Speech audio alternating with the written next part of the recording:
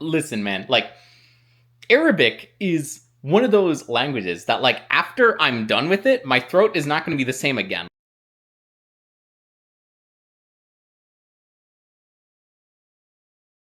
Hello everyone, this is Seraphim of the Cross back with another travel vlog. And I guess it's not really a travel vlog because I'm not really traveling, although I hope to be doing that soon.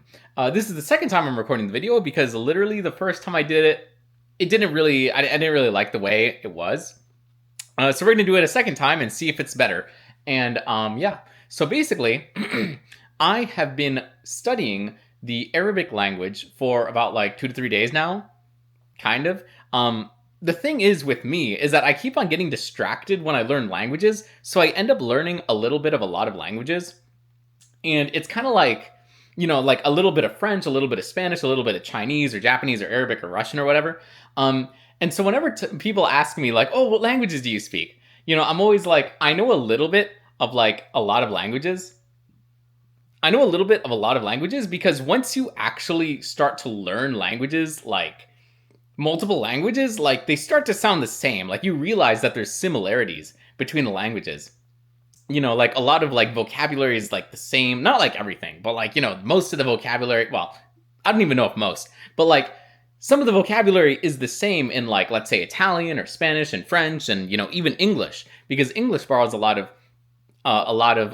words from the Latin languages, or I guess the Romance languages.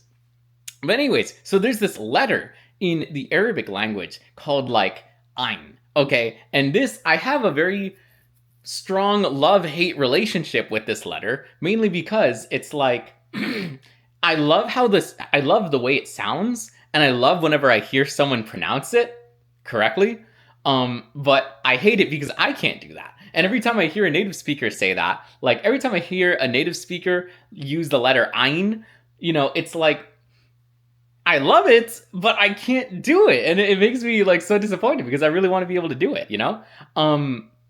Anyways, so yeah, like, let's see. I just lost my train of thought. Hold on one second. So yeah, like I'm trying to practice this letter Ain, you know? And it's like, you know, one of the words that like uses it is like mu'allam, like, listen, man, like Arabic is one of those languages that like after I'm done with it, my throat is not going to be the same again. Like these, like Arabic is going to do numbers on my throat. Like literally it's going to be different. My throat is never going to be the same again. Okay. And literally, maybe I should like back out here a little bit.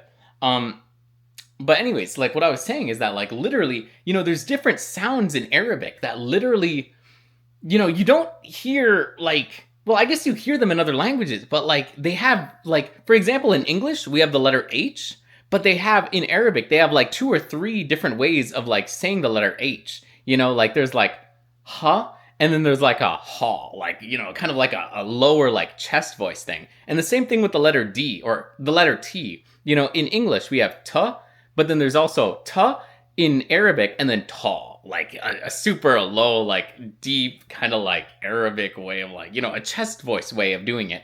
And it's really like, it's again, you know, it's a very love-hate relationship because I love the way these things sound. And like literally like my throat is being used in different ways to like produce these sounds, but like I can't produce these sounds yet. I can't produce the sounds yet. And one of the things with me is that like literally this is a whole different topic change. But like, I suck when it comes to learning vocabulary and memorizing vocabulary. Like, I cannot do it. I love grammar. I can do the grammar, sort of, like, better. Well, I can do it better than I can the vocabulary. Like, vocabulary is just kind of like, it's a bunch of words in a bunch of different languages. Yeah, a bunch of different words in a bunch of different languages, and I can't really do that. You know what I'm saying? So it's kind of like, I don't know, like it's a bunch of different words in a bunch of different languages. It takes memorization, and I don't have that. Like, I guess I do, but I don't have the motivation. You know, I have the brain power, but I don't have the motivation. Also, I will say that like sometimes I do when right before I go to bed, I put on like a language learning video, especially one that just has the English and like the translation in whatever language it is. So for example, I was like doing Chinese for a week or 2 or 3 or whatever. I was learning Chinese, okay? And right before I would go to bed, I would put on this language video where it had the English sentence and the Chinese sentence. And literally, you know, I'm in that half sleep state. I'm like in that state where like I'm like kind of falling asleep, but like I'm not really like asleep, you know what I mean? So like literally, then the next day I would be like, I remember hearing that word, you know, like Zhao Shenghao or whatever, like Zhao Shenghao, like and I'm saying that like so badly because I'm not using the tones. But like anyways, like I'm like, oh, like, you know, I remember hearing that. And just memorizing that sound and the way like the way the sound sounds and the way the letters sound, like literally, you know, that's half the battle. Because if you can remember the sound, then the other half is just knowing what it means, you know? So I would find that like kind of helpful, you know, also because I'm too lazy to study in the daytime, but I got to change that if I really want to be serious studying it. You know what I'm saying? So like literally, there's that too. But the other thing too, is that people don't realize this, but Arabic actually has a lot of influence on America. Like literally, I'm thinking, well, 2 things. You know, us Catholics, we know Our Lady of Fatima, which was a Marian apparition. Like Mary appeared in the city of Fatima in Portugal. And, you know, people don't realize that like Fatima, it's a city in Portugal, but literally because Portugal was part or is part of the Iberian Peninsula, and the Iberian Peninsula was part of the Arab Caliphate or the conquest. Fatima is actually the name of Muhammad's daughter. So literally, it's an Arabic name or a name of Arabic origin, you know. And it's not just that, but like literally, Spain, because Spain is part of the Iberian Peninsula. You know, like the state of California. Okay, California. You separate the term and it's like caliph, you know, like caliphate, you know, or a caliph, which is the ruler of a caliphate, you know. And I think that's pretty cool because, you know, California, we get that from Mexico. Mexico, they get that from Spain. And Spain, they got that from the Arab caliphates. California, caliphates, you know, I think that's pretty interesting. But anyways, yeah, like, so I'm studying like all these different things.